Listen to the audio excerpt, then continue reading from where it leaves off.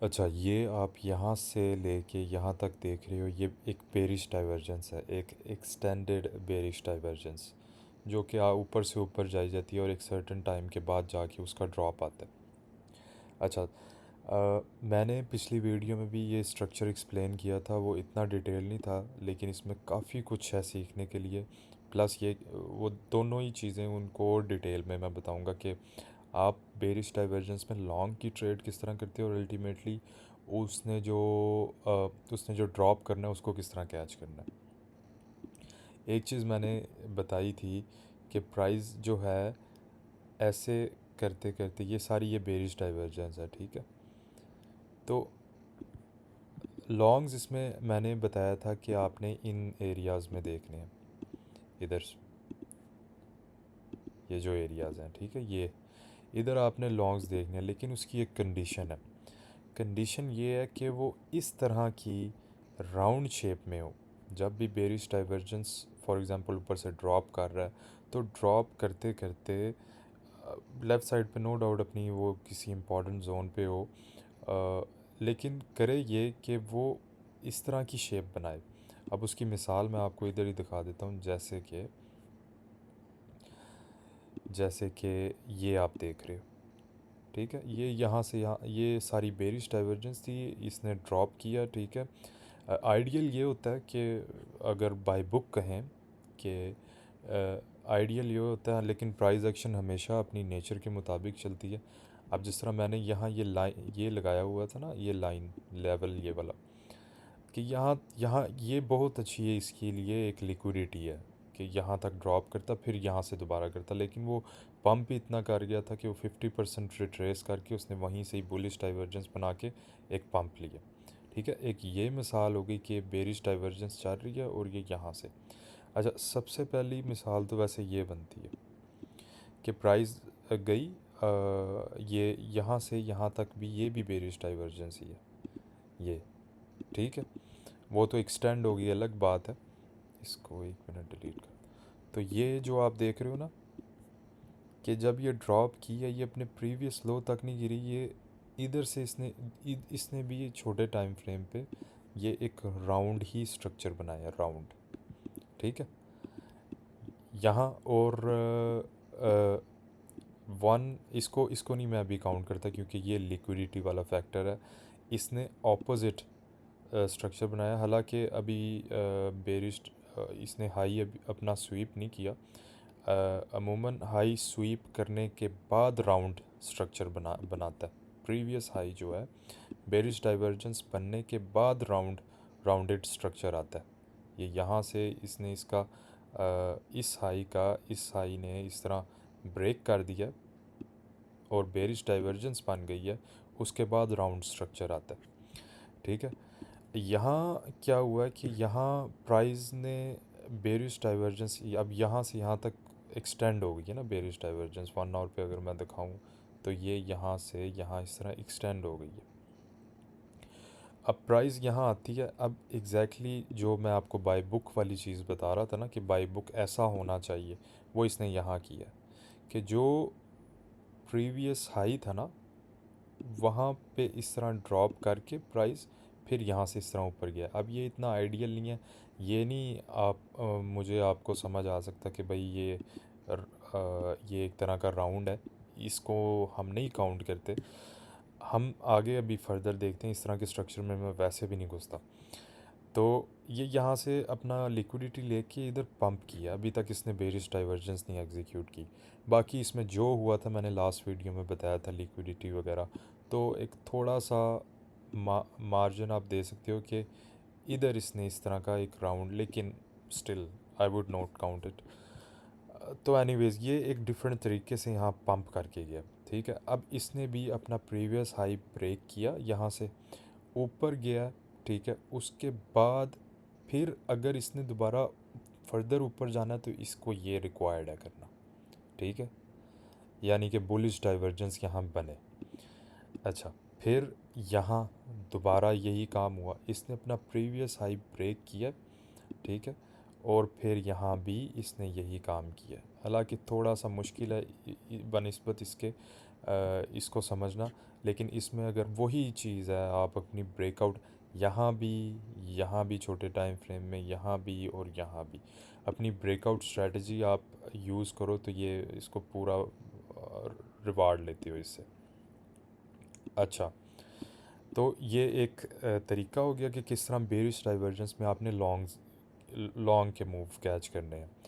दूसरा most important thing जिसके लिए मैं वीडियो इसी स्ट्रक्चर पे दोबारा वीडियो बना रहा हूँ, वो ये कि आपको कब पता चलता है now it's the time for the price to execute the bearish divergence.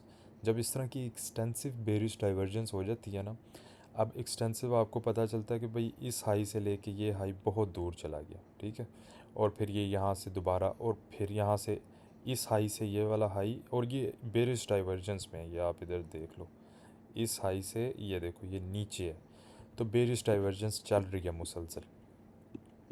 और इसका इतना आसान नहीं होता कि ये यहाँ से सीधा यहाँ ड्रॉप कर जाए तो फिर वो एग्जीक्यूट ही हो जाएगी। लेकिन होता क्या है कि वो अब ये वाला हाई इससे दूर है, ये वाला हाई इससे दूर है, यहाँ से जो ड्रॉप आया उसके बाद अब जो है हाई अपने हाई से, प्रीवियस हाई से बिल्कुल करीब है, ऑलमोस्ट ऑलमोस्ट सेम लेवल पे, ठीक है। ये अगर तो इसने मज़ीद ऊपर जाना था ना, अगर तो अगर तो इसने मज़ीद और एक्सटेंड होना था बेरिश डाइवर्जेंस ने, तो फिर इसने ये करना था कि ये यहाँ से जो नीचे गया ना, ये यहाँ से और ऊपर जाता, फिर अपना जो प्रीवियस हाई है वहाँ तक तकरीबन, या बीच में से भी फिर दोबारा ऊपर जाता, और फिर इस तरह ऊपर से ऊपर।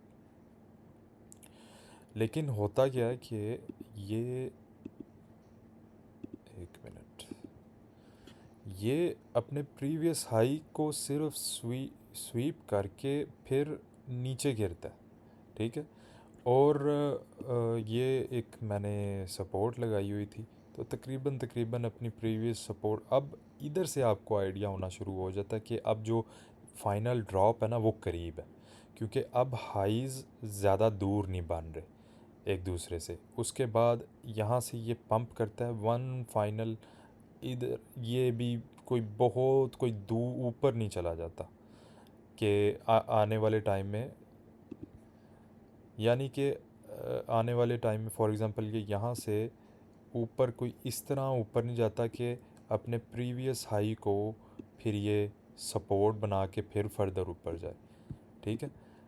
हमेशा जब भी प्राइस एक्शन ये बेरिश डाइवर्जेंस एक्सटेंड हुई है, तो ये अपने प्रीवियस हाई से बहुत ऊपर गई है और उसके बाद फिर कंटिन्यूएशन हुई है, इस तरह कंटिन्यूएशन हुई है। तो यहाँ एक दो तीन, ये तीनों हाइज़ एक दूसरे के बिल्कुल करीब करीब आ चुके हैं।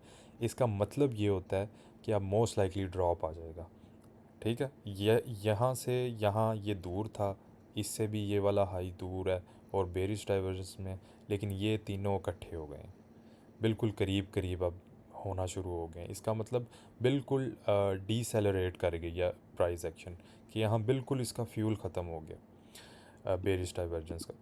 अच्छा, उसके बाद ये अगर तो इसने यहाँ से दोबारा ऊपर जाना होता, तो जो चीज़ मैंने आपको शुरू में बताई है कि ये राउंड इस तरह होना चाहिए, ठीक है, और ये यहाँ मैंने लगा के बताया है, फिर उसके बाद ये राउंड इस तरह होना चाहिए, ठीक है। तो इसको भी इसी तरह का कोई राउंड एटलीस्ट इधर से, क्योंकि ये इसका प्रीवियस हाई था, ठीक है, तकरीबन आप ये कर लो ये, तो इधर से जो हल्का सा राउंड बना, लेकिन यहाँ आप इस वजह से रिस्क नहीं लेते, वो तो ब्रेकआउट स्ट्रेटजी के मुताबिक अगर आपको मिलता तो मिल जाता, नो डाउट। लेकिन वो अगर इंटरनल स्ट्रक्चर में देखो तो आपको कोई भी कंफर्मेशन ही नहीं मिली होगी, क्योंकि ऊपर की कोई लिक्विडिटी स्वीप करके कैंडल नीचे क्लोज कर गया।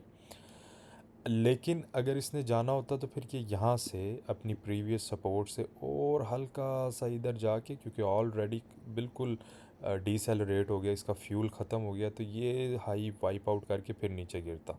लेकिन होता क्या है कि ये अपनी प्रीवियस जो सपोर्ट है ना, जो रेजिस्टेंस थी, उसको थोड़ी देर के लिए सपोर्ट बनाता है, उसको ब्रेक डाउन कर देता है। अब आखिरी चीज़ है, आखिरी एरिया बायर्स के लिए होप का ये है कि जो इसने काम इधर इस तरह राउंड किया है, इसने इधर इस तरह राउंड किया है, फिर अब फाइनल ये एरिया है, यहाँ लिक्विडिटी बहुत है क्योंकि यहाँ से पंप आया था वगैरह वगैरह, और ये प्रीवियस रेजिस्टेंस की सपोर्ट भी है। तो प्राइस क्या करे, क्या अगर इसने पंप करना था फर्दर तो इसका बनता था कि ये यहाँ आके इस तरह की कोई बुलिश डाइवर्जेंस इन अ राउंडेड शेप, ऐसी कोई बुलिश डाइवर्जेंस बनाती और फिर ऊपर ब्रेक कर जाती काफ़ी ऊपर। तो इसको हम फिर इसी तरह एक किधर गया, इसको भी हम एज अ राउंडेड स्ट्रक्चर एक काउंट करते, जिस तरह ये राउंडेड, ये इस तरह कर्व्ड। ठीक है, लेकिन इसने क्या किया है एग्जैक्टली जो ये होना चाहिए था to further for further continuation, उसके ऑपोजिट हो गया। वो हुआ क्या, अपनी लिक्विडिटी सपोर्ट इस एरिया जो भी है, ये लिक्विडिटी ऑर्डर ब्लॉक वगैरह इधर तक आई है। पहली बात तो ये जो है ना, अपनी जो रेजिस्टेंस थी उसको थोड़ी देर के लिए सपोर्ट बना, ब्रेक कर गई नीचे। ब्रेक करने के बाद उसने क्या किया, जो चीज़ ऐसे होनी चाहिए थी राउंडेड यहाँ, वो हो उल्टा इसने इस तरह की बना ली।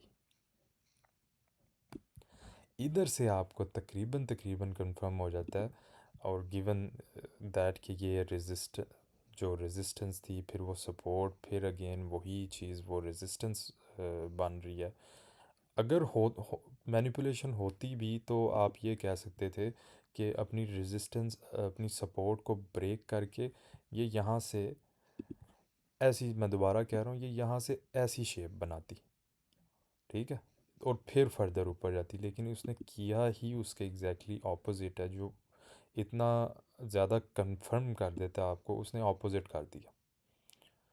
यानी कि इधर से आपको आइडिया हो जाता है कि अब इट इज़ नो मोर, कि ये बिल्कुल ख़त्म हो चुका है इसमें, ये अब यहाँ से ड्रॉप हो जाना स्ट्रेट फॉरवर्ड। फिर आप एक बायर्स के लिए होप का जोन ये है कि भाई यहाँ से कोई स्टिल कोई चांस कोई मिल जाए, लेकिन वो नहीं होता। और फिर दूसरी मतलब कंफर्मेशन आपका ट्रेड एंट्री के लिए, एक तो ये जोन है, फिर दूसरे ये जोन है, क्योंकि इवेंचुअली लिक्विडिटी मैटर करती है। जहाँ से पंप आया ये एरिया, या फाइनल जो है, जो ये प्रीवियस ये जो सपोर्ट थी, ठीक है, इसके ब्रेकडाउन पे तो वो फिर देखो ना, उसको उसने उसी तरह रीटेस्ट भी किया, वहाँ से तकरीबन तकरीबन रीटेस्ट किया और स्ट्रेट ड्रॉप। तो ये चीज़ है कि फिर अब जब आप छोटे टाइम फ्रेम पे अगर यहाँ तक भी वेट करते हो ना, तो आपको कहीं ना कहीं यहाँ भी कंफर्मेशन, जिस तरह ये कैंडल सीधा ही क्लोज कर गई है इसके नीचे, ठीक है, इस सपोर्ट के नीचे एग्जैक्टली, और उधर से स्ट्रेट ड्रॉप, हल्का सा रीटेस्ट उसने किया अपनी जो प्रीवियस सपोर्ट थी उसको रेजिस्टेंस बना के स्ट्रेट ड्रॉप।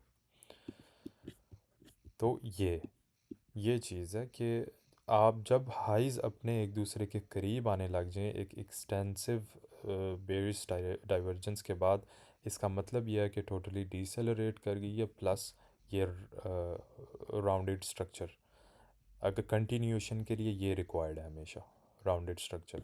और ये जो चीज़ है ये एक थोड़ी सी डिफरेंट चीज़ है।